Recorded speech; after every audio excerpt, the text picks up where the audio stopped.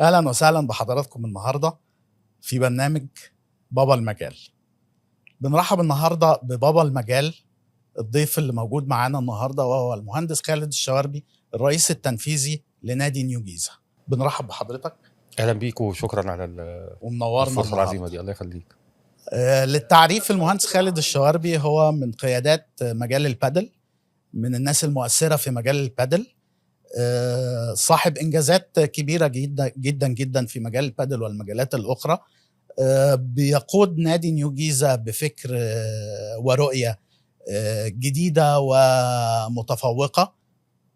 أحب أبدأ النهاردة بأن أنا أتعرف بالمهندس خالد الشواربي. اهلا ممكن بيك تحكي لنا عن خلفيتك؟ وشكرا على الفرصه العظيمه دي ان انا اكون واحد من الناس اللي بيبتدوا معاك الحاجه اللي هتساعد قوي في البادل. احنا محتاجين الحراك ده والكلام وزي ما كنا بنتكلم نفتح مواضيع كتيره في المجال المحلي والاقليمي بتاع البادل يعني.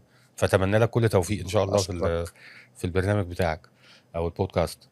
انا عايز ارجع لك من ورا خالص ولا من اللي رايحك، احنا جايين ندردش مع بعض. انا لعيب تنس، كنت بلعب تنس وانا صغير. ما كنتش منتخب ولا حاجه، بس كنت بحاول اكسب على قد ما اقدر يعني، من 16 اوائل مثلا او حاجه. وانا في ثانويه عامه كده اكتشفت ان انا مش هبقى بطل جامد.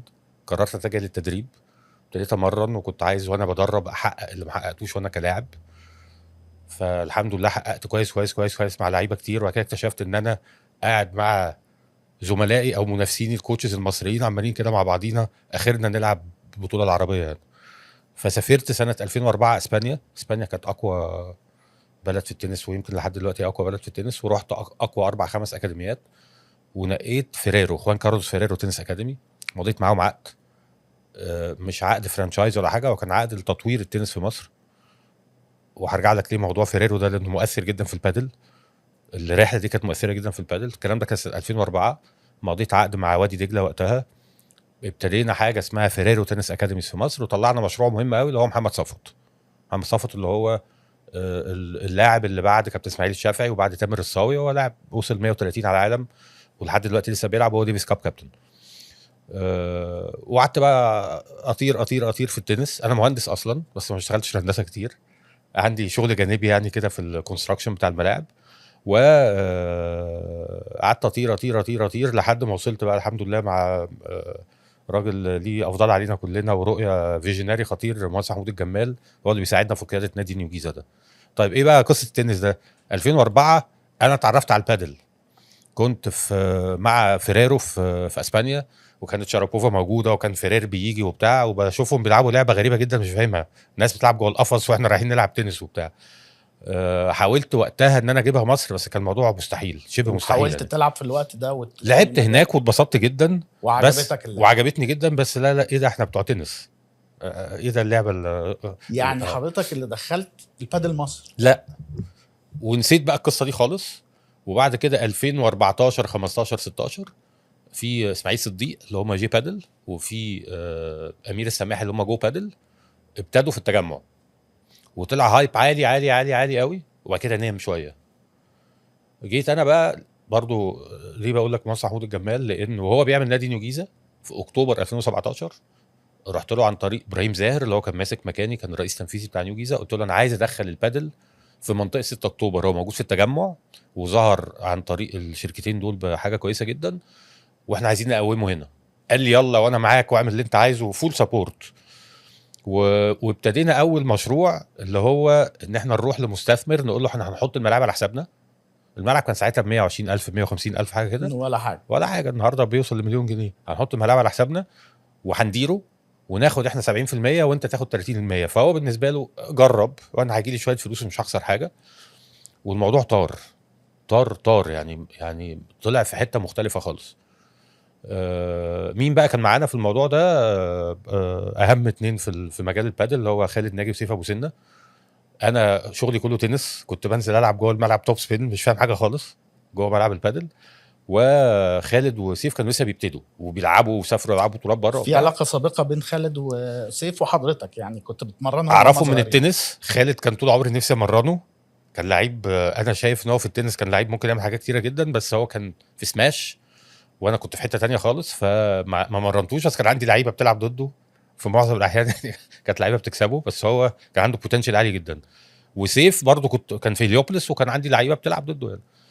هم اولاد ناس جدا محترمين جدا، جدا اثليتس حقيقة. كوربريت، يعني كل حاجه فيهم ممتازه. قلت لهم يا جماعه كل حاجه تعالوا ساعدوني في المشروع ده. فهم جم على اساس ان هم يبقوا موظفين عندي او يبقوا مديرين او ايا كان. بس انت اخترتهم على اي اساس؟ اثليتس، ولاد ناس بتوع تنس، اهم حاجه عندهم باشن للبادل. بس ما كانش كانوا ابتدوا بادل، ابتدوا بادل وراحوا لعبوا بطوله في بلجيكا وبتاع. فكانوا جايين على اساس ايه، هيشتغلوا مديرين في المشروع اللي انا عامله في نيو جيزه ده. اسبوعين 3 قلت لهم يا جماعه مفيش ولا مديرين ولا حاجه، يلا نعمل شركه. عملنا شركه مع بعض اسمها بادل بود. كان خالد شغال في بيبسي، وكان سيف شغال في توتال، يعني عندهم كارير باث مهم قوي. وقعدوا سنه او سنتين الديسيجن بقى يسيب شغله ولا ما يسيبش شغله ولا بتاع، لحد ما اتفقنا ان احنا الشركه دي عايزين نكبرها. فهي اول شركه بروفيشنال بعد جو بادل وجي بادل تشتغل كانت بادل بود. خالد وسيف الحقيقه كانوا شايلين كل حاجه في الشغل، انا كنت مور انفستمنت، مور استراتيجيك، مور شويه كونستراكشن وبتاع. هم اللي فعلا اللي طوروا البادل ودخلوه في مصر يعني. لحد ما جيت في الشغل زاد قوي في نيو جيزه مع باشمهندس محمود والانديه وكده، فقلت لهم انا هخرج من الشركه وانتوا كملوا. وهم حولوها لاس ار بادل وتوسعوا بقى التوسع المثير اللي هم فيه دلوقتي ده. اسمح لي خالد ارجع معاك خطوه صغيره لورا.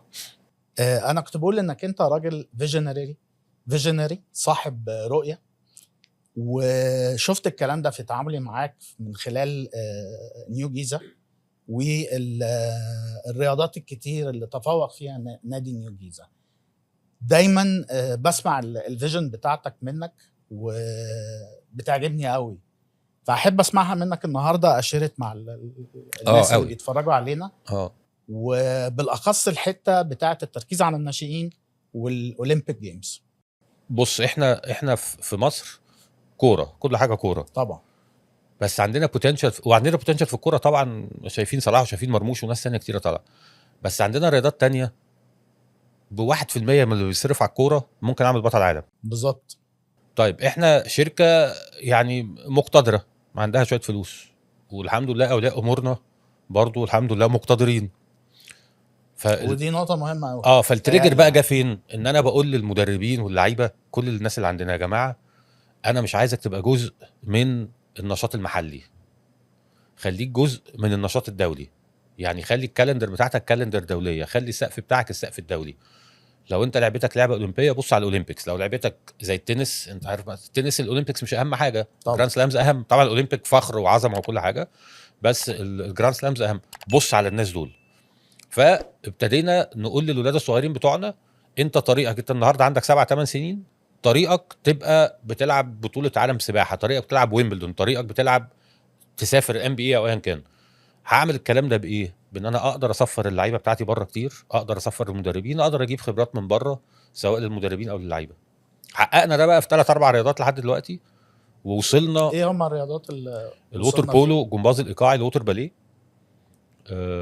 الووتر بولو احنا بقينا جامدين جدا، بقينا بنكسب الاهلي وهليوبلس في المراحل الصغيره، ما عندناش فيرست تيم لسه.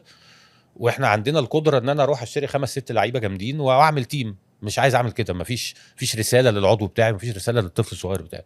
فاحنا السنه اللي فاتت كاس العالم بتاع 16 سنه ووتر بولو 2008، منتخب مصر اللي هم 15 لاعب كان فيهم 5 من نادي نيو جيزه. الخمسه كان فيهم 2-3 طول الوقت اساسيين في الميه. مصر خدت ال11 على العالم، وده انجاز طبعا، انجاز في الووتر بولو رهيب. والجول كيبر بتاعنا خد احسن جول كيبر في العالم. فاحنا النهارده بكره او بعده او بعد بكره حاجه كده مسافر اسبانيا ياخد كورس مكثف مع احسن كوتش بتاع جول كيبرز لوتر بولو في العالم. وده الفندنج بتاعه او على جزء من عنده وجزء من عندنا، جزء من عنده وجزء من عندنا. يعني النادي مشارك في طبعا الديفلوبمنت او التطوير اللي بيحصل في اللعيب ده. طبعا لان في بوتنشال وفي صح. وهو في النهايه الولد لما يلعب باسم مصر ويكسب، مصر هتبقى وضعها كويس، واحنا هنقول احنا ساهمنا في المنتخبات المصريه بلاعب او 2 أو 3 على مختلف الرياضات. عندنا في الجمباز الايقاعي مثلا فريق 2012 وفريق 2014 لسه صغيرين. 2012 دول يعتبروا صغيرين، بس لك ان تتخيل ان هم 2012 دول في 2028 يقدروا يلعبوا اولمبيكس رسمي، اللي هم عندهم 13 سنه النهارده هيبقى عندهم 17. ولا مشاركه اعتقد ومركز حلو؟ اعتقد المره دي صعب يجيبوا ميداليه جدا، شبه مستحيل. ففي خطه ان هم احنا عاملين على خطه مدار 8 سنين، المستقبل. عاملين خطه 8 سنين. الاربع سنين الاولانيين رايحين بقى بطولات بحر متوسط، ورايحين افريقيا، ورايحين بطولات عالم بالفريق ده بقوة. عشان نتمنى ان احنا نتاهل للاولمبيكس.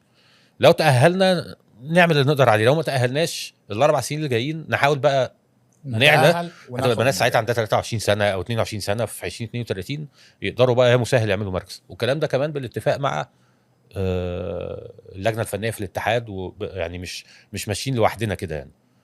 ممتاز. رؤيه محترمه جدا، رؤيه جميله جدا. شايفين فيها التارجت والطريقه اللي هنحقق بيها. يعني انا بحيي حضرتك. الله يخليك. هي فيها حاجه كمان برضو، هي ليس فقط عشان في ناس بتقول لنا هو كل حاجه بطوله وكل حاجه منتخب. طب لو دخلش منتخب، لا، عندنا كذا طريق. احنا بنحاول على قد ما نقدر. طب الولد ما دخلش منتخب وما بقاش كويس، هيسافر امريكا ياخد سكولرشيب، او هو او في مدرسه فرنساويه ياخد باك، نجيب له سكولرشيب في اي جامعه في فرنسا. طب ما جابش برضو، هنجيب له سكولرشيب عندنا في جامعه نيو جيزه.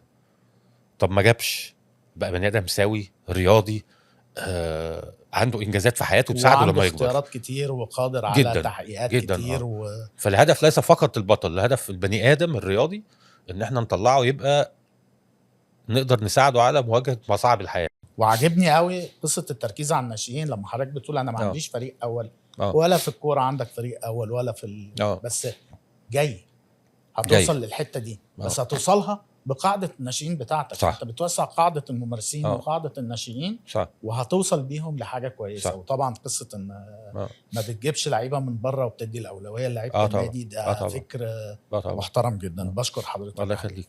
ننتقل للجزء الثاني من البودكاست ده. عايزين نتكلم بقى ايه، نفوكس شويه على البادل بقى. صح. نبدأ بالدوري. نهنيك الأول كنادي نيو جيزة ورئيس نادي نيو جيزة بالفوز بالدوري الرجال المرتبط والسيدات المرتبط. الفوز بدوري السيدات في 2025 ده تاني مرة على التوالي. الفوز بدوري الرجال 2025 ده أول مرة. صح. كلمني كده عن الدوري والاكسبيرينس بتاعت الدوري تمام. الدوري ابتدى السنة اللي فاتت مش السنة دي. كانت مشاركات جيدة جدا مننا ومن أندية تانية. الملاحظ ان الأندية بتاعت زمان، أهلي، صيد، جزيرة، معادي، هليوبلس، مش هم الدومينيتنج في البادل للأسف. الدومينيتنج الأندية الخاصة والأكاديميات. دي حاجة كويسة للرياضة، بس الأندية القديمة دي فيها البلك. يعني انت مهما تعمل في أكاديمية ولا تعمل في نادي برايفت، عندك 6-7-8 عيلة. الجزيرة حاجة و40,000، الصيد حاجة و60,000 وبتاع. فالقاعدة ممكن تطلع من الأندية دي. بس المشاركات كانت كويسة جدا السنة اللي فاتت والسنة دي. الدوري كان قوة المنافسات كانت قوية جدا. اللعيبة جامدة جدا اللي بتلعب. الناشئين السنة دي كانوا أحسن من السنة اللي فاتت، بقى في عدد أكبر من الناشئين. تعليقي الوحيد بس، واتكلمت فيه مع المهندس أحمد الغتواري، وهو لوحده لاحظ الملاحظة دي، ان موضوع ان يبقى في ماتش في طنطا ونفس الوقت في انا فرقتي كان ممكن الاقي عندي مجموعه لعيبه بتلعب في طنطا ومجموعه لعيبه في اسكندريه ومجموعه لعيبه في القاهره. لما اتعمل بقى السيمي فاينل والفاينل مجمع وكل الناس موجوده مع بعض، طبعا كان الموضوع كان مختلف يعني. فده كان تعليقي الوحيد على الدوري، اللي هو حاجه محتاجه تحسين. حلها ازاي القصه دي او تتحل ازاي؟ مجمعات كلها يعني. هو زمان يعني الديفيس كاب زمان كان مصر مثلا تلاعب سلوفاكيا، ماتش سلوفاكيا وماتش في مصر. لو كسبنا نلعب ليتوانيا، ماتش في ليتوانيا وماتش في مصر. دلوقتي بقى بيعملوا مجمعات، ياخدوا ويك اند او لونج ويك اند او اسبوع او وات ايفر كان، وتلاقي في 10 بلاد او 12 بلد رايحين بيلعبوا في نفس المكان في نفس الوقت. البادل السيمي فاينل والفاينل اتعمل كده. فهو لو الدوري اتحول لمجمعات، نمره واحد في ناس كتير هتتفرج. احنا كان في ماتشات بنلعبها مفيش واحد بيشجع، مفيش شخص قاعد بيشجع. انما مجمعات ناس كتير قاعده تتفرج. مجتمع البادل كله هيبقى جنب بعضه. والاهم من ده السبونسرز. اللعبه محتاجه سبونسرز، اللعبه محتاجه فلوس. انا سبونسر ماتش نيو جيزه ضد مثلا وي بادل في ملعب في اسكندريه، في 3 بيتفرجوا، مفيش سبونسر هيدفع جنيه. انما لما يتلعب في استاد القاهره، يتلعب في نيو جيزه، يتلعب في بالم هيلز، يتلعب في اتش بادل، يتلعب في اي حته، وفي 7000 واحد بيتفرجوا، وفي 500 واحد، في يوتيوب شانل، في بودكاست، في ايا كان، السبونسر هيدفع فلوس، وده هيخلي اللعبه كويسه. بالظبط. طيب قول لي احساسك بالسيزون 1 في الدوري وسيزون 2. كلمني كده عن احساسك في اول سيزون لما انطلاق الدوري المصري للبادل لاول مره والرحله بتاعته كلها من اول ما ابتدى لغايه ما خلص فيرسس او قصاد السيزون الثاني. السيزون الاولاني كنا كلنا مبسوطين ان اخيرا في حاجه بتتعمل. البادل لعبه ناشئه جديده بقى لها 3 4 سنين، وان يتعمل دوري والدوري يقوم ويشارك فيه كذا نادي، ده انجاز. اكيد كان في فلوز، كان في مشاكل، اي حاجه بتبتدي يبقى فيها مشاكل، سواء من الاتحاد او من الانديه او من اللعيبه او من الحكام او ايا كان. بس في تقديري، بغض النظر ان احنا خسرنا الدوري كده بمشكله في الاخر، بس تقديري ان يعني النجاح فوق 90% على اساس ان هو اول سنه. وبالنسبه لتاني سنه، تاني سنه باستثناء مشكله ان الماتشات كانت متوزعه، يعني لو هتكلم على اخر يومين السيمي فاينل والفاينل، لا نجاح مبهر طبعا. هي الدوره المجمعه كانت الدوره بصراحة المجمعه رائعة. كانت جميله يعني كانت جميله الصراحه يعني. يعني اتمنى ان الدوري ده ينجح. بس هي مشكله الدورات المجمعه هي الملاعب اللي فيها اعداد او الفانيوز اللي فيها اعداد ملاعب كبيره قليله، فبالتالي بتبقى مش سهل انك انت تعمل كذا دوره مجمعه، فبيبقى احسن انك انت تعمل في بس دلوقتي وفور فيرنس برضو والعداله صح في المنافسه، ان كل واحد يلعب في ارضه وبره ارضه زي الكوره مثلا. صح. بس ما انت البيضه ولا الفرخه؟ او انا هتلعب في ارضي وبره ارضي مش هتلاقي سبونسر. هتعمل دورات مجمعه هتلاقي سبونسر. لما تيجي تعمل دورات مجمعه في ناس هتقول لك انا كل مره هلعب في نيو جيزه ضد نيو جيزه، او هلعب في وي بادل ضد وي بادل، ما كده ما فيش ارض محايده، فهتضطر تدور على ارض محايده. الارض المحايده يعني انا كنيو جيزه لما بنظم بتاع ده ما باخدش من الاتحاد فلوس، انا بصرف انا من عندي. بالظبط. طب لو جه الاتحاد قال لي انت ما بتلعبش، انا عايز اعمل ماتش عندك، هقول له هات فلوس بقى. فما برضو ما انت مش عارف، اول ما يبقى الاتحاد معاه فلوس او البطوله دي فيها فلوس كتير، ده حتى في النهايه ممكن باشمهندس غتواري ممكن يجيب 4 ملاعب بورتبل ويحطهم في مكان محترم ويعمل الدوري بتاعه هناك والناس كلها تروح. صح. طب خلينا اسالك، بما ان احنا دخلنا في السبونسرز والبادجت والتكلفه والفلوس والاستثمارات، خلينا اسالك، هل هو مربحه انك انت تدخل دوري البادل كفريق؟ لا خالص، مش مربحه خالص خالص. بتصرف من جيبك عشان نص كتير جدا. هي مربحه ان انت بالنهايه ادبيا خدت الدوري. بس مش كل الفرق بتاخد الدوري، هو واحد اللي بياخد الدوري. لا مش مربحه خالص. طب مش مربحة ليه خالص. اشارك؟ عشان انت عندك رساله، انت عندك، انا بشارك عشان احنا عايزين نعمل مدرسه بادل للصغيرين، على قد ما نقدر يبقى عندنا 500 600 800 ولد وبنت صغيرين بيلعبوا بادل، عشان ابطل موضوع الهجره من التنس دي. تمام. فمهما نعمل انا بقى والولاد الصغيرين دول شايفين ان انا وانت بنلعب، هيقول لك ده ما فيهاش امل الرياضه دي الناس مش بتاعت كومبيتيشن. فالاب والام هياخد ابنه يلعب سباحه يلعب كوره عشان عايز يلعب بطولات. فانا كنادي لازم اوريهم ان لا، في بطوله وفي ابطال، وانا كنادي عندي ناس بتكسب، فعايز اطلع. فانا المصاريف دي كلها عشان انمي واطور العيال الصغيره، واخليهم يشوفوا ان في رياضه كومبيتيتيف. هو للاسف البادل اللي ابتدى في مصر بالعكس، الكبار لعبوا قبل الصغيرين. مظبوط. واتوصمت ان هي لعبه هواه، وبعد كده اول بقى ما باشمهندس غتواري ابتدى الاتحاد وابتدى يحط بطولات، فبقى في كومبيتيتيفنس، فبقى في هجره من لعيبه التنس، وستيل برضو العيال الصغيره ما دخلتش، عكس كل رياضات مصر. كل رياضات مصر بتبتدي من عيال صغيره من زمان بقى، من 100 سنه عيال صغيره بتكبر ويبقى ابطال. فهي دي المهمه الصعبه بتاع الفتره الجايه يعني. بالظبط. طب ازاي بتجيب الاستثمارات في لعبه هي خسرانه؟ انا فاهم الاوبجيكتيف وفاهم الغرض من المشاركه وهو لونج تيرم شويه، بس ازاي بقى نصرف على اللعبه في بدايتها؟ احنا عملنا حركه يعني ادعي ان هي ذكيه شويه. احنا خلينا فريق الدوري ده مملوك ثلاث هيئات، او مش مملوك، مدعم من 3 هيئات. نادي نيو جيزه بيدفع جزء، واس ار بادل اللي هم خالد وسيف بيدفعوا جزء، وهم المسؤولين عن تدريب اللعيبه وكده. وفي شركه اسمها بادل نويسرو بتاعت مضارب برضو بتدعم اللعيبه بمضارب. فانا النهارده لو بصرف على الفريق ده مثلا 1,000,000 او 1,500,000، بقى كل انتيتي بتدفع 400,000 500,000. ده رقم حقيقي؟ احنا ولا معديين تقريبي؟ مليون جنيه. لا معديين مليون جنيه. فعلا معديين مليون جنيه مصاريف. بتصرف في ايه غير انت المضارب عندك اللعيبه محتاجه مضرب. المضرب دلوقتي ب 15,000 ب 20,000. في لعيب بياخد مضرب او بياخد مضربين. في لعيبه ممكن تاخد تذكره طيران يسافر. في شنط، في اشتراكات في تذكره الاتحاد. طيران ليه؟ مفيش سفر جوه مصر في الدوري. لا يسافر يلعب بطوله بره. اوكي. بندعم لعيبه يعني. لما بنروح نلعب مثلا بطوله في طنطا ولا اسكندريه ولا بتاع، ب 20 لعيب، ب 25 لعيب، الفاتوره ب 100,000 جنيه، ب 80,000 جنيه الفندق. طب مقترحاتك لتطوير الدوري السنه الجايه؟ دورات مجمعه. وايه تاني؟ آه يعني مثلا مشاركه اللعيبه الكبار بتيجي في الخطوات الاخرانيه. ازاي نشجع اللعيبه الكبار، وازاي نشجع لعيبه اكتر انها تشارك في الدوري، وازاي نستقطب لعيبه اكتر عشان تشارك في الدوري؟ اللعيبه الكبار تقصد السينيورز ولا تقصد اللعيبه الجامده؟ لا، اللي هم التوب بلايرز. لا هو سيمبلي انت محتاج تجبره انه يلعب. يعني انت عشان انت برضه انت لسه في الاول، فانت محتاج تقول له لو انت هتلعب منتخب لازم يبقى عندك رانكينج، لو عندك رانكينج لازم تكون بتلعب الدوري. فانت كده يعني هيلعب ربط غصب الدوري عنك. بالرانكينج.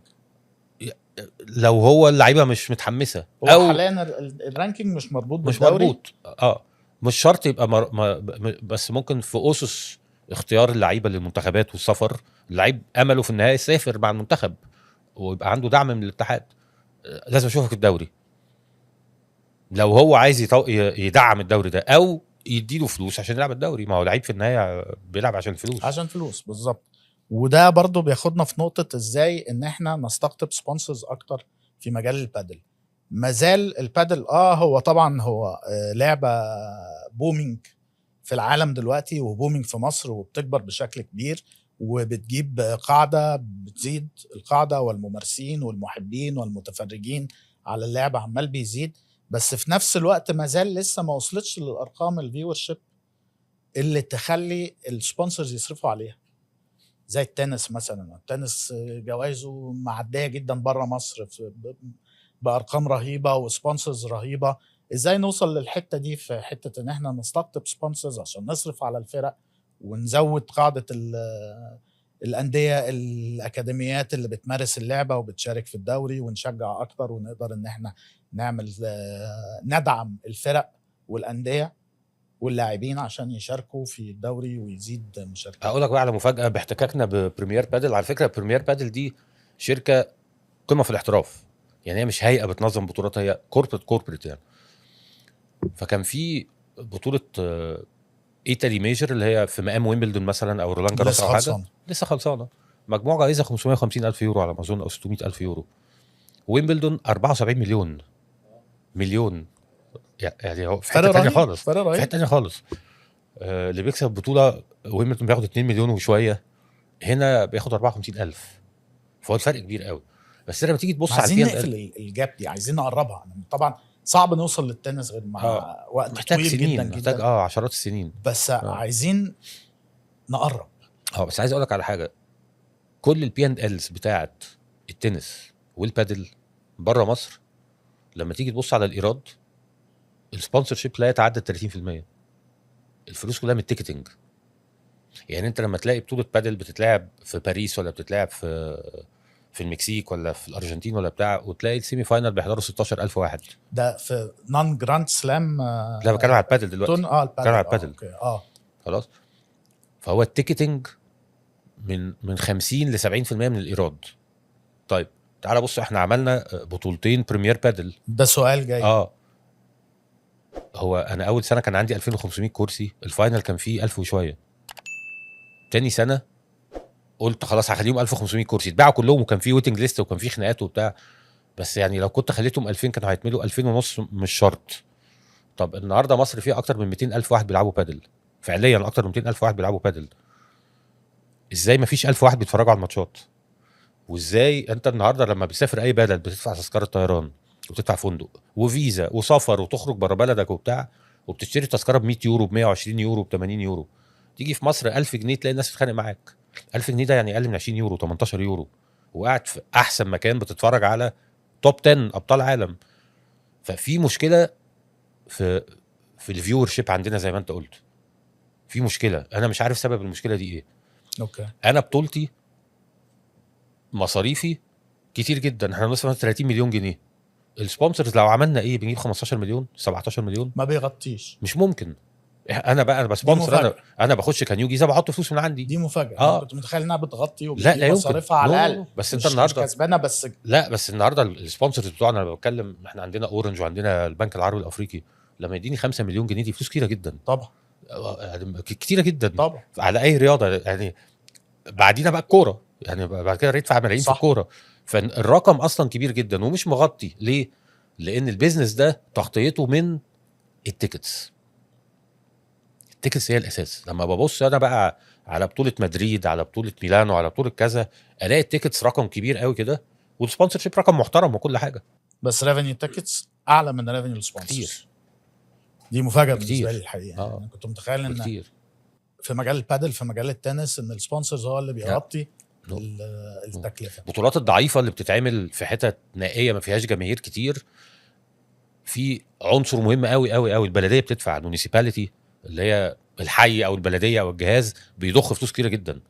يعني بطوله مدريد السنه اللي فاتت اعتقد ان كوميونيداد دو مدريد ده اللي هو زي البلديه عندهم، اعتقد ادوهم 250 الف يورو برايز ماني كلها.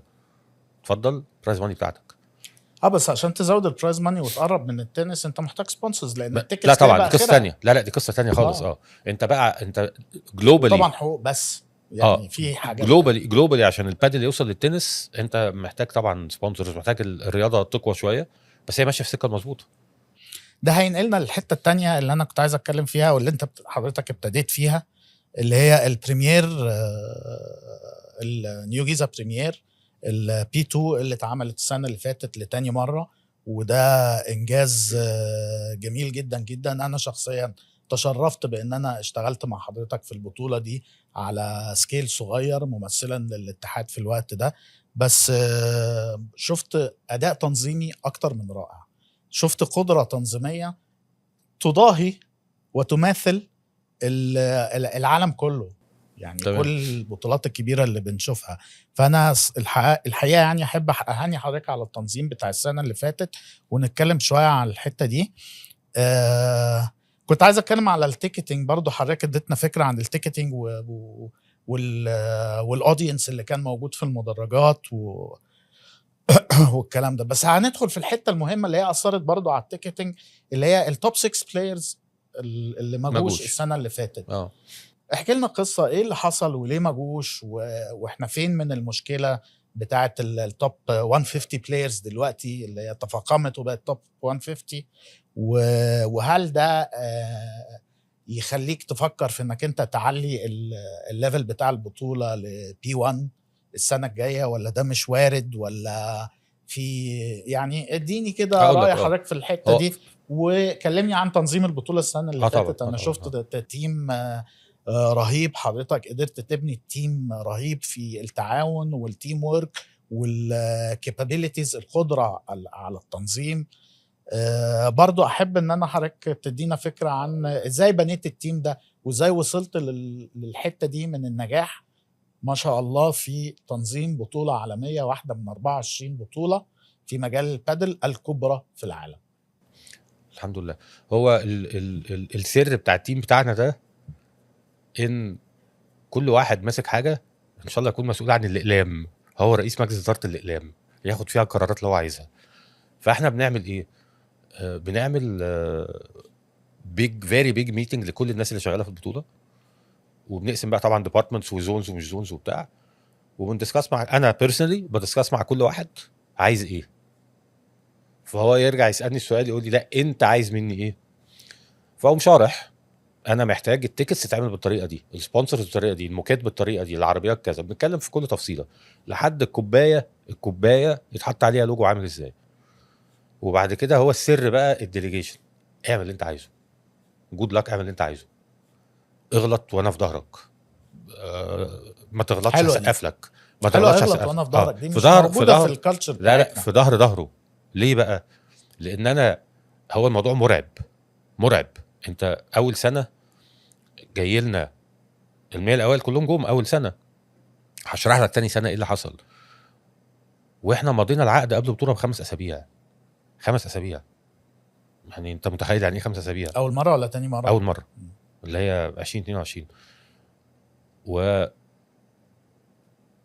23 ولا 22 23 2023 مضينا العقد قبلها ب5 اسابيع. دي معجزه اللي انت بتقوله ده. يعني هو تنظيم بطوله بجميع زي دي المقاييس في الوقت ده فالموضوع مرعب. فانا قلت له يا جماعه بصوا احنا مضينا خلاص العقد وهنشتغل، يعني يا هننجح يا مش هننجح، لو ما نجحناش هيحصل ايه يعني، بطوله وعدت وخلاص. فاخدنا يعني العزيمه كده واشتغلنا. التيم الصراحه ما فيش حد جله، يعني ما فيش حد جله، كله شغال. ليه؟ لان برضه واخد مسؤوليته. والحاجه برضه اللطيفه جدا ان احنا مش شغالين اوبن بادجت، بس البتاعه دي بكام؟ 180,000 جنيه. اوكي، عندك 200,000 اشتغل، ما ترجعليش بقى، عيش حياتك. فالدنيا بتفضل ماشيه. وقام بعت الايميل المشهور الفاينانس عندنا، دير فاينانس، مشوا كل حاجه بدون الرجوع ليا، الا لو لقيت يعني مصايب كبيره، حد سرق طالب 7-8 مليون جنيه يرجع لي يعني. حصل مصايب؟ لا الحمد لله ما فيش، ما حدش خرج بره الجدول يعني. السنه الثانيه بقى بقينا اقوى بكتير. طبعا بقينا اقوى بكتير، وكل واحد كان عنده خبرات نفسه يعني. وانا كنت بنقل لكل واحد في التيم خبراتي انا في السنين اللي فاتت. السنه الثانيه بقى كان كل واحد عنده خبرات نفسه وخبرات التيم بتاعه، فالدنيا كانت اقوى بكتير. كان نفس التيم مفيش تغييرات؟ نفس التيم مفيش خالص. وازاي اخترت التيم اول مره؟ يعني ايه الاسرار اختيار التيم؟ هم الناس بتوعنا اللي في النادي، هم مفيش حد في النادي ما اشتغلش معانا يعني. الهاوس كيبنج اشتغل، الزراعه اشتغل، كله. مفيش حد ما اشتغلش. الاف ام بي كله، مش رياضه بس على فكره. وليه هنتكلم برضو، هنوصل للحته بتاعت التوب 6 بلايرز ازاي اللي حصل، بس ليه ما اتعملتش بقى في 24 22 23 ما اتعملتش؟ 23 ما اتعملتش. و24 عملناها احنا السنه 25 24 فاحنا عملناها 22. 23 لغيناها قبل البطوله ب 15 يوم 14 يوم حاجه كده. احنا كنا ابتدينا نركب الملعب على فكره. السنتر كورت كنا ابتدينا نركبه، والمدرجات كانت ايه اتوردت. اللي حصل الحرب بتاعت غزه، اللي هو موضوع 7 اكتوبر يعني فعلا بسبب الحرب بتاع غزه اتلغى. بس هو مش حاجه امنيه، مش يعني حاجه امنيه، مش حاجه امنيه. لا هو يعني احنا قلنا احنا ومهرجان الجونه لغينا في نفس اليوم، او هم قبلينا بيوم واحنا بعديهم بيوم، احتراما للوضع. يعني تعاطفا. يعني الموضوع كان تحياتي. صعب جدا جدا جدا. تحياتي الحقيقه. لو هو ده السبب تحياتي. وتفهم بريمير بادل تفهمه جدا طبعا جدا. ولا احتجت انك انت مثلا تكلم خالص مصر؟ لا اتكلمت مع عادل عارف. عادل كان هو مدير التور ساعتها، وعادل كان يعني منه ناصر مباشره. ما كانش دافيد سيرايما اللي هو النهارده موجود لسه في بريمير بادل. واتكلمنا ان الموضوع صعب يتعمل. وقتها اتكلمت مع عمرو منسي عشان جونه فيلم فيستيفال، قال لي احنا بنلغي خلاص، مش هنقدر نعمل الكلام ده. ورجعوا بعد كده عملوا مهرجان الجونه في نفس السنه، بس سينمائي فقط، مفيش حفله يعني، مفيش عشاء واحد اتعمل، عرض بس. انا ما اقدرش اعمل بقى ماتش بدون جماهير ولا اقول للعيب العب وما تفرحش. فاضطرينا يعني وخسرنا يعني. اعتقد يعني لو متذكر الرقم، خسرنا 7-8 مليون جنيه في الطلعه دي. غرامات؟ مش غرامات، لا بريمير بادل ما فيهوش غرامات خالص، تعاقدات وحاجات لا تحياتي للموقف الجميل ده. طبعا مهم طبعا. وده بيخلينا نفخر ان احنا يعني عندنا ناس بتفكر بالطريقه دي، دايما بتفكر في اللي حواليها، مش مجرد في الوصول لمكسب مؤقت. لا، المكسب جاي في الاخر. في الدنيا طول ما انت شغال المكسب جاي. بيبص حواليك يعني مش ريليتد خالص، ومع ذلك انت فكرت في الموقف وخدت القرار واستشارت ناس كتير. الايفنتس اللي معموله في نفس الوقت. فده شيء. وكلمت مع مهندس محمود، خدت رايه طبعا، كان رايه من راينا اكيد يعني. واتكلمت مع ياسمين لطيف، انت احتكيت بياسمين لطيف، هي مديره الرياضه عندنا، شخصيه كده برضو في منتهى الكفاءه، قمه الكفاءه والرقي والاخلاق حاجه زي الفل، وفي منتهى الكفاءه ما شاء الله عليها. طبعا كانت معانا في القرار ده. واستشارت امينه رزق في الماركتنج، يعني ما خدتش قرار منفرد يعني، كلنا قلنا لا يعني. ما بتاخدش قرارات منفرده، انا واخد بالي انك انت بالرغم من وجودك في القياده انما ما بتفرضش راي يعني. حتى الفصل فيه اراء معينه انت مش ما بتاخدش الراي عشان اعرف اتحاسب مع الشخص في اخر المده. دايما في استشاره وما خاب من استشار زي طبعا. ما دايما بنقول. ساعات طبعا في حاجات بضطر اخد انا قرار، اللي ببقى شايف اللي قصادي ما عندوش خبره قوي في الحته دي، في النقطه دي، او قلب بيرسونال او عاطفي. اول ما بلاقي الراجل اللي قصادي قلب بيرسونال او عاطفي، والقرار بتاعه بسبب حاجه شخصيه او بسبب حاجه عاطفيه، بقول له انا هاخد القرار. ويجي بعد اسبوع اسبوعين سنه سنتين يقول لي كان عندك حق. صح، بيدرك بعد كده لانها بتبقى قله خبره في الاغلب يعني. او تاثر يعني. ساعات الواحد بيبقى متاثر. انا ناس ساعات ببقى متاثر بحاجه، ممكن اخد قرار غلط. طبعا طب نتكلم على الحته بتاعت التوب 6 بلايرز. اللي حصل السنه اللي فاتت حاجتين. اول حاجه احنا البطوله اللي قبل الاخيره في السنه، التوب 6 بلايرز في واحد منهم فعلا كان عنده اصابه فعليا. يعني عندي صديقه اسبانيه اكدت لي، قالت لي يس هو عنده دكتور دلوقتي. الباقيين هم لو جم وكسبوا البطوله مش تفرق معاهم في الرانكينج خالص. فده بقى عيب في بطولتنا، ان احنا في نهايه اكتوبر في نهايه السنه، فالتوب مش 6 التوب 20 لو جم عندنا انا عندي بوينتس مكفياني. عشان المشاركه في الفينالي التوب 16 قصدك، ولا عشان مشاركه. يعني انا النهارده مثلا ستوبا مثلا، بس ستوبا جه باكيتو ترتيبه الثامن مثلا، لو جا لعب عندنا وكسب البطوله الثامن برضه، طب هيجي ليه؟ والبطوله ما هياش جوائزها $1,000,000 ولا حاجه، بطوله جوائزها قليله مهما كان، بطوله جوائزها قليله. ففضلوا ان هم ما يجوش، وكان عندهم بعديها باسبوع او باسبوعين بطوله عالم ورايحين مكسيك، كان في لفه كده غريبه جدا. فالسنه دي بقى التور اتغيرت شويه، يعني بقت احنا وبعدينا دبي وفي حاجه تانية لسه بس عاملين ده كان تغيير الوضع السنه اللي فاتت. يعني احنا كنا بنقول قبل البطوله بتاعت نيوجيزا ان اللعيبه الكبار داخلين الريجن خارجين منها بعد شهرين، لان كان في الامارات بعديها، كان في الكويت بعديها، صح. كان في كاس العالم صح. بعديها على طول، وكلهم كانوا في الريجن بتاعتنا صح. وفي المنطقه بتاعتنا السنه دي.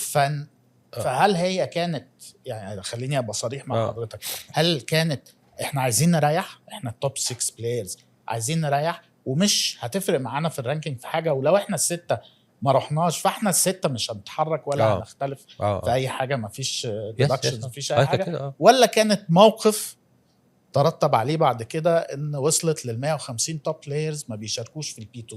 لا ده بعيد خالص عن ده. القصه الثانيه بتاعت فايدوليد دي قصه مختلفه خالص، قصه ليها علاقه بالحقوق وليها علاقه بحاجات في تعاقدات اللعيبه مع شركه بريمير بادل نفسها. يعني ملهاش لا خالص. وبعد كده اللعيبه عملوا حركه محترمه جدا، هي البطوله اتلغت او اتلعبت يعني كده، مش اقوى حاجه. اللعيبه التوب 100 كلهم بعتوا لفايدوليد وقالوا لهم احنا هنيجي ببلاش نعمل لكم اكزيبيشن ماتشز، نعمل ماتشات، نعمل لكم بطوله تانية اللي انتوا عايزينه، احنا تحت امركم، لا نرضى الخساره ليكم وبتاع. ده طلع من اللعيبه نفسهم يعني. فهو كان خلاف تعاقدي، مش غضب على بطوله او شايفين بطوله قليله او حاجه. واعتقد انها اتحلت، صح؟ اتحلت خالص. وصلنا خلاص لحل يرضي جميع الاطراف. بس برضو البي 2 ما هياش مغريه، يعني خلينا اكلمك بصراحه، مش مغريه طبعا، جوائزها مش مغريه بالنسبه للعيبه الكبيره. والاهم من كده البوينتس بتاعتها ما هياش مغريه. صح. زادت السنه دي، زادت سنه السنه دي، مش كتير برضو. بس هل ده هيشجع الناس التوب بلايرز انها تيجي السنه الجايه؟ قوي. احنا هنجيب يعني علاقاتنا ايه؟ هنجيب علاقاتنا على قد ما بنقدر.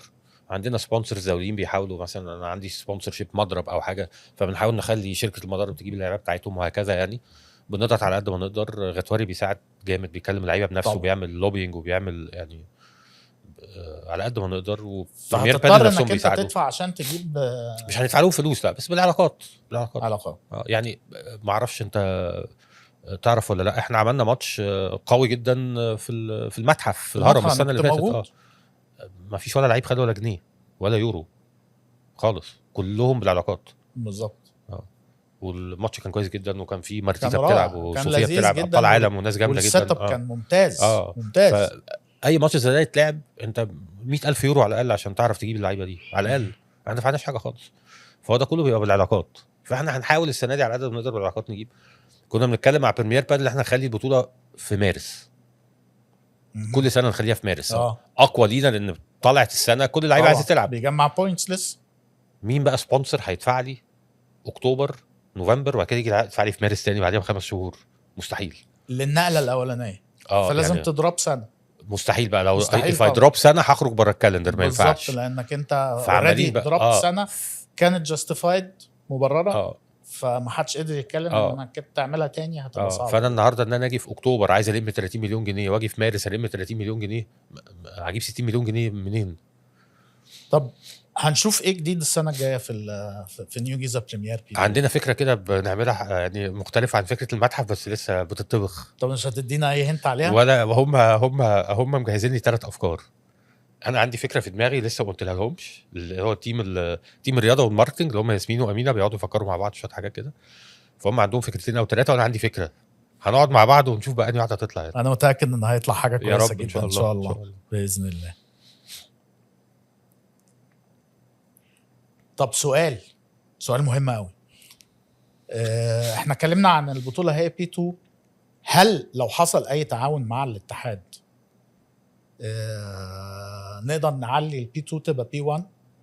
يعني تعاون مع الاتحاد او مع اي حد، احنا عايزين انا عارف ان أكتر. في انا اسف لقطع كلامك، بس انا عارف ان في تعاون حصل السنه اللي فاتت زي الفل طبعا. كان تعاون جميل جدا جدا، كل في اختصاصه لانجاح البطوله دي، لانها في الاول وفي الاخر كانت في وش مصر وفي وش نيو جيزه وفي وش الاتحاد وفي وش الجميع، فنجاحها فايده للجميع. وده اللي حصل فعلا، ان كان التعاون على اكمل وجه، كل واحد بيأدي دوره اللي مطلوب منه، وكله بيصب في اتجاه واحد اللي هو نيو جيزه منظم، خالد هو رئيس اللجنه التنظيميه، وكل حاجه بتصب في الحته دي، وقد كان النجاح والنتيجه اللي شفناها الحمد لله. فهل تفتكر لو الاتحاد دخل بتقل شويه في الحته دي معاك، هل ترتضي انك يبقى اقول لك احنا الصراحه يعني السنه اللي فاتت الاتحاد والوزاره 30/10. انا والله انا قلت لمعالي الوزير كده، وهو بص لي كده افتكرني، يعني قلت له انا مش مصدق ان انا الوزاره لما تعاملت معاها في هذا الشأن اكني بتعامل مع شركه. ابعت ايميل يردوا عليا، يبعتوا يجيبوا موافقه، الموافقه بتطلع في يوم، وكان في حاجات معقده كتيره جدا، وخبراء جايين من بره، ونجيل الصناعي جاي من بره، ورايحين المتحف وموافقات، يعني قصص طويله وامن فهو معالي الوزير ادى تعليمات يعني الاجهزه المعاونه اللي عنده كلها. يعني انا انبهرت، والله انبهرت، يعني موضوع الحكومه والبطء ده في البطوله دي انعكس خالص.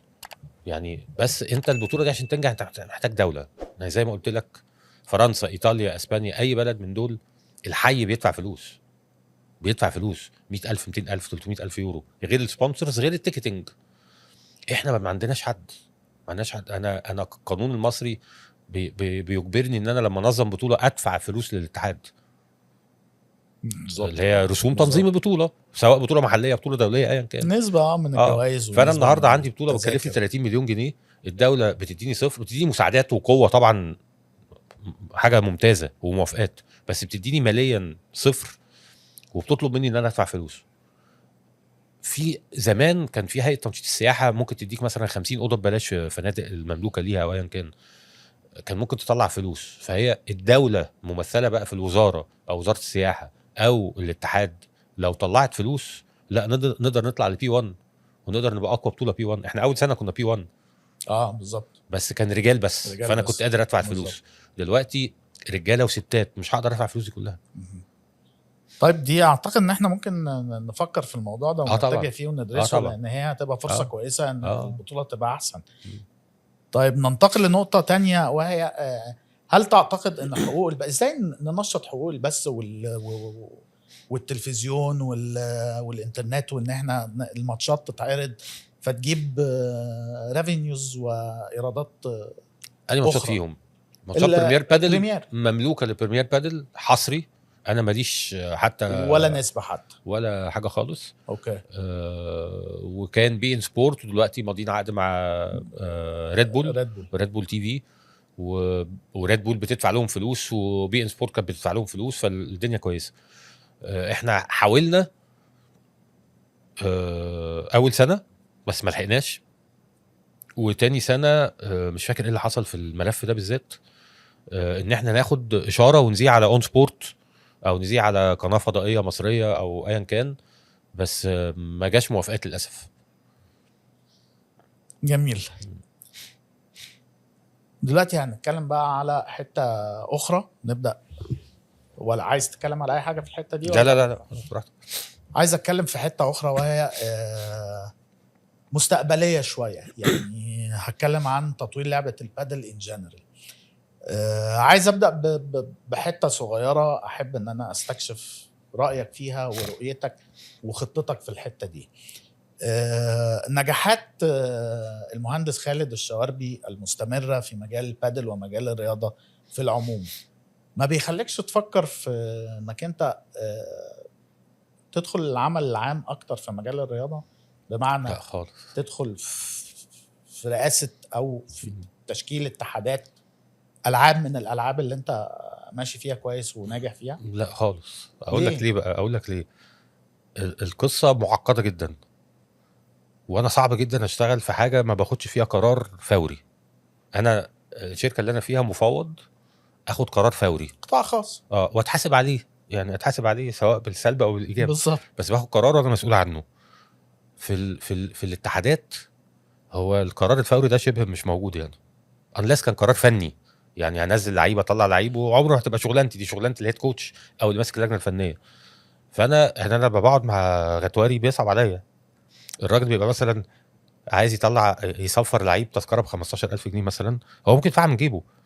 كميه الورق والموافقات اللي لازم يعملها، يعني شغل كتير قوي، انا ما انجحش فيه، انا بس انت كشخصيتي ما ناجح انجحش فيه فيه. اوريدي، برغم انك انت من حته القطاع الخاص، بس زي ما انت لسه كنت بتقول لنا الموافقات بتاعت البريمير، ونجحت مع مع الاتحاد والوزاره انك انت توصل للموافقات سريعه وكل حاجه بتتم بسرعه. فعندك القدره، ليه ما تفكرش انك انت ترشح نفسك مثلا في انتخابات اتحاد البادل؟ نمره واحد، مش حابب الشغلانه، مش حابب ايه اني اشتغل عيوبها الشغلانه بالنسبه دي. لك؟ عيوبها ان مش هعرف اخد قرار زي ما قلت لك في ثانيه، انا سريع جدا. التقييد الاجراءاتي. انا سريع جدا، والناس اللي بتشتغل معايا بتشتكي من سرعتي، ودي من اسباب النجاح. واللي سريع معايا بيقول لي انا مبسوط ان انت سريع. فهناك مش هبقى سريع، عندي حاجات كتير قوي ممكن اعملها، بس افضل اقعد اسابورت من بره. غتواري عمل دور فوق الممتاز، فوق الممتاز، ومحليا ودوليا. هو بره يعرف صح. الناس كلها وبيتكلم كويس جدا وعنده فكر استراتيجي ممتاز، والارقام بتتكلم عن نفسها، كل حاجه زي الفل.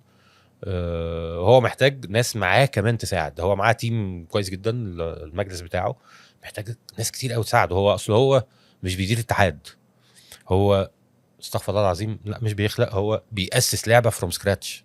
هو من 5 سنين ما كانش فيه بادل في مصر بالظبط، كان شويه ناس بتهوبص كده بتلعب مع بعض، دلوقتي بقى بطولات. هو محتاج كم ناس تساعده كتير جدا جدا. صحيح. ومن البرايفت سيكتور، صحيح، مش من العمل العام. وبما ان حضرتك دلوقتي رافض فكره العمل العام، وبتقول ان السبورت خليني انا سبورت من بره، فقول لنا ايه اللي ممكن يتعمل وتساعد فيه لتطوير اداء اللعبه واداء الاتحاد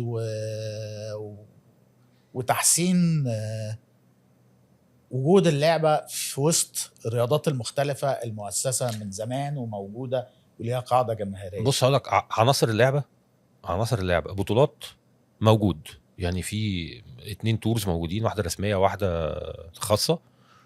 في بطولات في مصر، مضارب، كل توكيلات المضارب في مصر موجوده، مفيش مضرب تتمناه مش موجود. ملاعب عندنا فوق ال 1500 ملعب دلوقتي، لعيبه عندنا لعيبه كتيره جدا.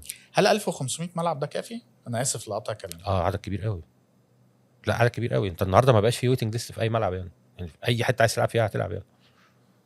على عدد الممارسين الحاليين.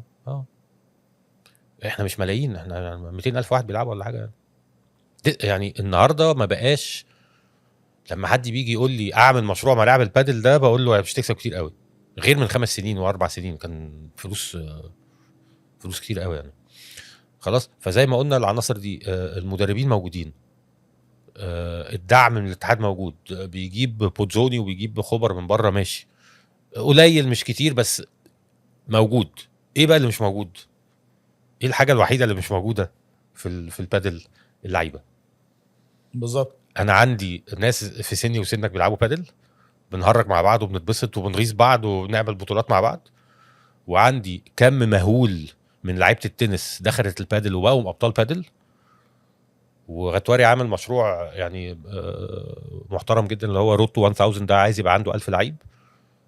انا شايف ناشئ. ان ناشئ طبعا coming from بادل، مش متحول من التنس. انا شايف ان دورنا احنا بقى كناس مساعده جنب اتحاد البادل، نيو جيزه، الصيد، الاهلي، بالم هيلز، الجزيره، ايا كان، كل نادي يبقى فيه 500 600 700 لعيب. يعني انا عندي 1000 واحد بيلعبوا سباحه، 1000 واحد بيلعبوا كوره، وعندي 30 واحد بيلعبوا بادل، عيال صغيره 30 بنحاول نخليهم 40. فاهم قصدي؟ فاحنا بنضغط جامد قوي بقى قوي، ان انا عايز يبقى عندي مدرسه بادل فيها عيال صغيره كده 5 6 7 8 سنين بيلعبوا بادل، 400 500 ولد وبنت.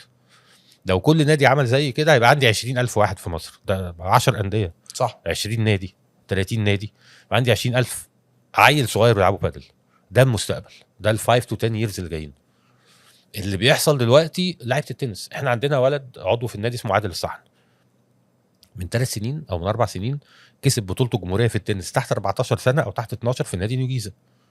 بعديها ب3 سنين كسب بطوله الجمهوريه في البادل وساب التنس خالص، ما بقاش موجود خلاص. فالتنس خسره والبادل كسب لعيب كويس قوي، بس ما عنديش حد طالع من تحت ما عنديش خالص. املي وقلت الكلام ده لغايه دلوقتي، ولو اي حاجه حد عايزنا نساعد فيها في الموضوع ده هنساعد. عيال مش ابطال، عيال صغيره تلعب، ده اللي هيطلع البادل. غير كده اصل لعيبه التنس هتخلص، خلي بالك. لعيبه التنس هتخلص. النهارده فعليا التنس متاثر، التنس مش مبسوط بالتنس، يعني حياه التنس مش احسن حاجه دلوقتي. صح. لا وحضرتك ذكرت برضو الهجره من التنس كتير قوي في الحلقه النهارده. ومدربين كمان، هجره المدربين واللاعبين من التنس. احنا مش لاقيين مدربين تنس. يعني الاكس تنس بلايرز اللي كانوا بيتحولوا الكوتشز بقوا من النهارده يا بادل بلاير يا بادل كوتش، يا الاثنين مع بعض. فمش لاقي مدرب تنس. طب وده راجع ليه؟ يعني ايه سبب الهجره دي؟ الفلوس البادل قد التنس 10 مرات فعلا. فلوس كتير قوي. فمتوقع ان التنس، وانت حجز ملعب التنس ب 40 50 جنيه، البادل ب 400 500 جنيه. فده هل هيأثر على لعبه التنس؟ لازم التنس يضخ فلوس. كابتن اسماعيل الشافعي يبتدي بقى يخش بتقله، اسم يعني جبار كابتن اسماعيل، يخش بتقله الناس دلوقتي بتروح للفلوس. يعني طبيعه الحال. انا هلعب بطوله تنس هكسب 6000 جنيه، لو لعبت بادل هاخد 45000 جنيه 70000 جنيه. طب هلعب بادل. طب حضرتك شايف ان هي حاجه كويسه ولا حاجه وحشه ان هجره لعيبه التنس من التنس للبادل؟ يعني هل ده بيفيد البادل ولا ما بيفيدوش؟ بيفيد البادل مؤقت. زي النهارده عادل الصحن اهو نقله، عنده 13 14 سنه، ان شاء الله يبقى توب 100 ده. هو عامل شغل كويس. عنده شغل كويس جدا.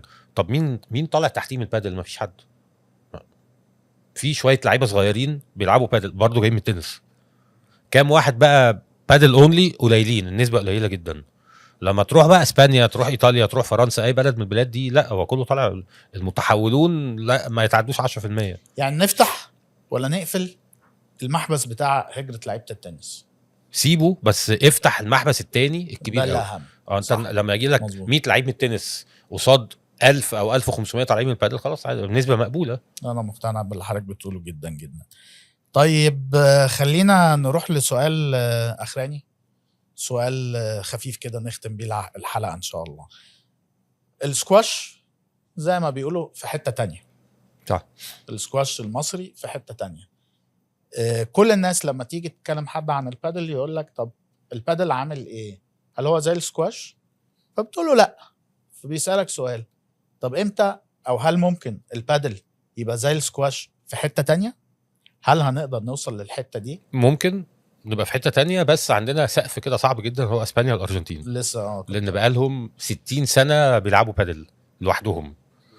فهتعرف تخش بمنتهى السهولة، بشرط يبقى عندك قاعدة من اللعيبة. طب وازاي نوصل ان احنا نبقى زي اسبانيا والارجنتين؟ لا ده محتاج يعني دولة لو حطينا خطة طويلة المدى ايه اللي نعمله عشان نوصل ان احنا ننافس حتى على المستوى الفردي، مش لازم مستوى المنتخبات، ننافس بلعيب او 2 يوصلوا توب 10؟ هل ده ممكن؟ ممكن هيبقى عندك، عشان يبقى عندك لعيب او 2 يوصلوا توب 10 لازم ده يطلع من 3-4 مليون واحد بيلعبوا بادل، مش من 200,000.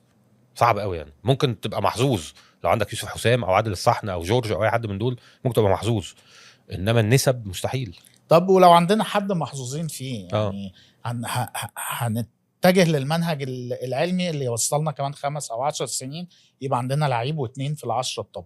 بس عندي حاجة طلعت طفرة زي ما حضرتك بتقول، عادل الصحن، يوسف حسام، عندنا ناس بيشتغلوا على نفسهم ان هم يوصلوا فعلا.